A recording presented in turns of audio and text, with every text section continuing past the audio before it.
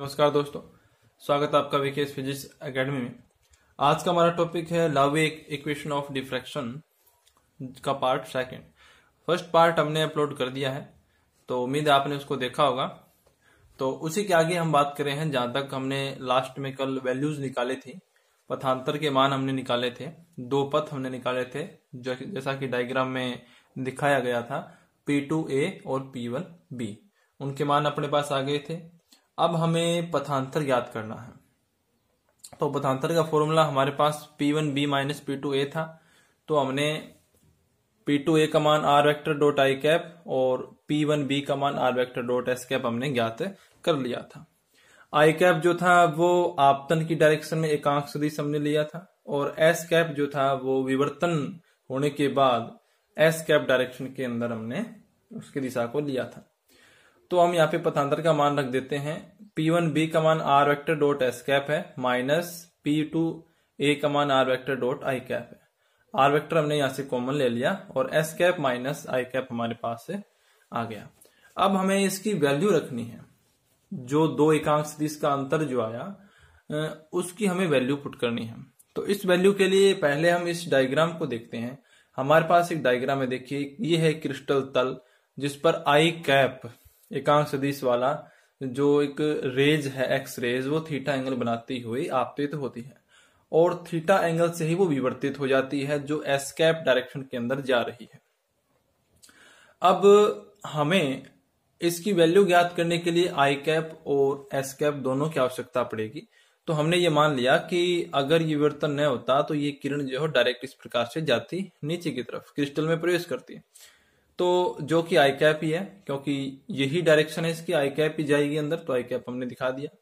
अब इसको अगर हम मिला देते हैं तो हमारे पास एक त्रिभुज बन जाता है जिसमें डायरेक्शन है, यानी त्रिभुज नियम हम लगा सकते हैं। ये वेक्टर के हिसाब से त्रिभुज हमने बनाया, यानी इसकी डायरेक्शन इस डायरेक्शन में है, इसकी डायरेक्शन इस डायरेक्शन में है, हमने इसको ऊपर की तरफ कर दिया, यानी इसकी डायरेक्शन ऊपर की तरफ कर दी। तो ये एक त्रिभुज नियम हम इसमें लगा सकते हैं। तो जब हम त्रिभुज नियम लगाएंगे तो उस हिसाब से अपने पास जैसे एक डायरेक्शन में जो दो सदिश हैं उनका योग है, इनको बंद करने वाली भुजा जो है उसके बराबर होता है। तो इस हिसाब से हमारे पास एस वेक्टर का मान आ जाएगा एस कैप माइनस के आई कैप। ये जो तीसरी भुजा जो है उसको हमने एस वेक्टर मान लिया, एस वेक्टर मान लिया, जो कि त्रिभुज नियम लगाने के बाद एस कैप माइनस आई कैप के बराबर आती है। तो यहाँ पे हमारे पास तीन त्रिभुज बनते हैं, सॉरी दो त्रिभुज बनते हैं, एक ये वाला और एक इसके नीचे अपोजिट डायरेक्शन में जो है।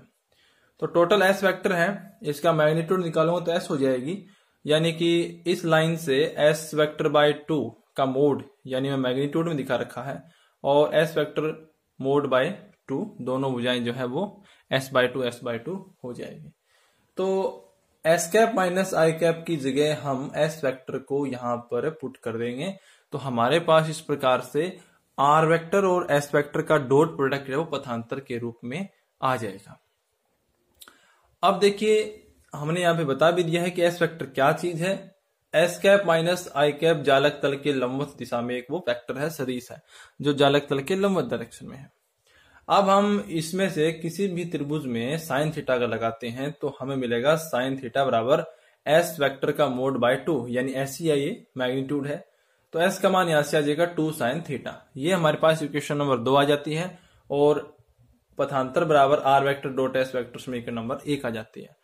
अब हम बेसिकली एक फॉर्मूला जानते हैं कि कलांतर बराबर होता है 2 पाई अपॉन लैम्डा इंटू पथांतर, जहां पे 2 पाई अपॉन लैम्डा जो है वो किरण का या प्रकाश लाइन जो भी एक्स रेज है उसका संचरण नियतांक कहलाता है। तो यहाँ पे मैंने अपने पथांतर की वैल्यू पुट कर दी, s vector dot r vector dot S vector, और समीकरण नंबर बना दिया इसको 3। अब ये तो आर वेक्टर के अंदर है। अगर मैं ये कहूं कि भाई मेरे पास P1 के सापेक्ष P2 जो पॉइंट था उसके अभाज्य जालक सदिश ए वेक्टर बी वेक्टर और सी वेक्टर है, अलग अलग जालक सदिश है। सॉलिड स्टेट के अंदर हम पढ़ते हैं, वेरी बेसिक है, केमिस्ट्री में भी लगता है, घनीय संरचना वगैरह है, एससी है, बीसीसी है, एफसीसी है, ये सब चीजें। तो ए वेक्टर बी वेक्टर और सी वेक्टर अगर P1 के सापेक्ष P2 के अभाज्य जालक सदिश हैं तो इनके पदों में समीकरण 3 क्या हो जाएगी। ये तो टोटल कलांतर है, आर वेक्टर इसमें लगा है, तो फाई ए यानी ए के लिए पथांतर कलांतर जो है वो हो जाएगा 2 पाई अपॉन लैम्डा इंटू ए वेक्टर डॉट एस वेक्टर, यानी आर की जगह एक बार ए वेक्टर लगाना है, एक बार बी वेक्टर लगाना है, एक बार सी वेक्टर लगाना है। तो हमारे पास ये 3 इक्वेशंस आ जाएंगे, जिसको फाई ए बराबर 2 पाई और ये a vector dot S vector upon lambda जो है इसको मैंने एच डैश मान लिया जो कि एक पूर्णांक है। उसी प्रकार दूसरे पद को के डैश मान लिया, इसी प्रकार तीसरे पद को 2 पाई एल डैश मान लिया गया। तो जहां पे एच डैश के डैश और एल डैश पूर्णांक है और जो फाई ए फाई बी और फाई सी जो है वो विवर्तित किरणों में क्या है, कलांतर है।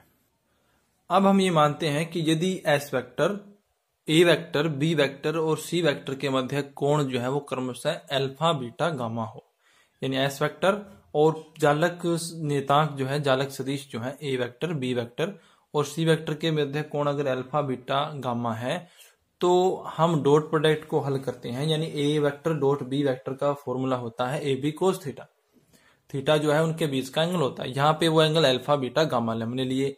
तो ए वेक्टर डॉट एस वेक्टर का मान हो जाएगा ए एस कोस अल्फा, जैसे यहाँ पे डॉट प्रोडक्ट के हिसाब से खोलेंगे तो हो जाएगा ए एस कोस अल्फा, और एस का मान अभी हमने पीछे ज्ञात किया था साइन थीटा के हिसाब से उस त्रिभुज में लगा के, जो आया था 2 साइन थीटा। तो यहाँ पे 2 ए साइन थीटा और कोस अल्फा आ जाएगा। उसी प्रकार b vector dot S vector का मान आ जाएगा बी एस कोस बीटा, और एस का मान हम प्रत्येक में रखते जाएंगे तो 2 b sine theta cos beta आ जाएगा। इनके मध्य कोण गामा है, इसलिए आ जाएगा c vector dot S vector बराबर सी एस कोस गामा बराबर 2 c sine theta cos gamma. तो ये इक्वेशन 5 होगी। इस इक्वेशन 5 की हमें तुलना करनी है समीकरण नंबर 4 के साथ, जो अभी हमने ज्ञात की थी। एक बार हमने दोबारा से यहाँ पे लिख दी है, A vector dot S vector बराबर लैम्डा एच डैश, दोनों तरफ 2 पाई था, हमने एच डैश माना था, 2 पाई था, 2 पाई से 2 पाई कैंसिल करके हमने इन संबंध को लिख लिया है। A vector dot S vector बराबर lambda H dash, B vector dot S vector बराबर लैम्डा के डैश और C vector dot S vector बराबर लैम्डा एल डैश। अब हम समीकरण 5 और 6 की जब तुलना करते हैं तो हमारे पास 2a sign theta cos alpha बराबर तो आ जाता है लैम्डा एच डैश, इसके बराबर आ जाएगा लैम्डा के डैश और इसके बराबर आ जाएगा लैम्डा एल डैश। यानी हमारे पास 3 समीकरण आ गई। ये तीनों समीकरण लाउवे समीकरण कहलाती है, जो अल्फा बीटा गामा और विवर्तन कोण के अंदर है। यहाँ पे एच डैश के डैश और एल डैश जो है वो पूर्णांक है, जिनका मान कलांतर पे निर्भर करता है। यहाँ पे जो कोस अल्फा कोस बीटा और कोस गामा आई, ये दिक्कोज्याएं कहलाती हैं। मिलर अंक एच के एल, यहाँ पे एच के एल है वो मिलर अंक है, जो एच डैश बराबर हम उसको एन एच ले सकते हैं, के डैश बराबर एन के ले सकते हैं और एल डैश बराबर एन एल ले सकते हैं। तो ये जो फॉर्म समीकरण की बनती है ये 2d साइन थीटा बराबर एन लैम्डा, जो कि ब्रेग समीकरण है, उसके जैसी ये फॉर्म बन जाती है। तो ये आप ये कह सकते हैं कि लाउवे इक्वेशन जो है वो ब्रेग समीकरण का एक दूसरा रूप ही है, जो दिक्कोज्याओं के रूप में है। आप जानते हैं कि दिक्कोज्याओं के वर्गों का योग है वो 1 होता है। तो अगर हम इन तीनों समीकरणों से ब्रेग समीकरण प्राप्त करना चाहते हैं तो हमें ये प्रॉपर्टी यूज करनी पड़ेगी, जो मैथ की एक बहुत ही बेसिक प्रॉपर्टी है। इसके लिए आपको क्या करना पड़ेगा, वैसे तो ये यहां तक प्रूफ हो जाती है, लेकिन फिर भी अगर आप लाउवे समीकरण से ब्रेग समीकरण बनाना चाहते हैं तो उसके लिए आपको क्या करना पड़ेगा, पहले आप इन तीनों समीकरण से कोस अल्फा कोस बीटा और कोस गामा का मान ज्ञात करें पक्षांतन करके, फिर उन सभी का वर्ग करके जोड़ दें और एच डैश बराबर एन एच मान लें, के डैश बराबर एन के मान लें और एल डैश बराबर एन एल मान लें। क्योंकि एन लैम्डा आएगा ब्रेग समीकरण में तो वो एन आपको चाहिए, एक कांस्टेंट जो है। तो उसके लिए आप इनका वर्ग करके जोड़ दें और आप जानते हैं कि दिक्कोज्याओं के वर्गों का योग जो है वो 1 होता है।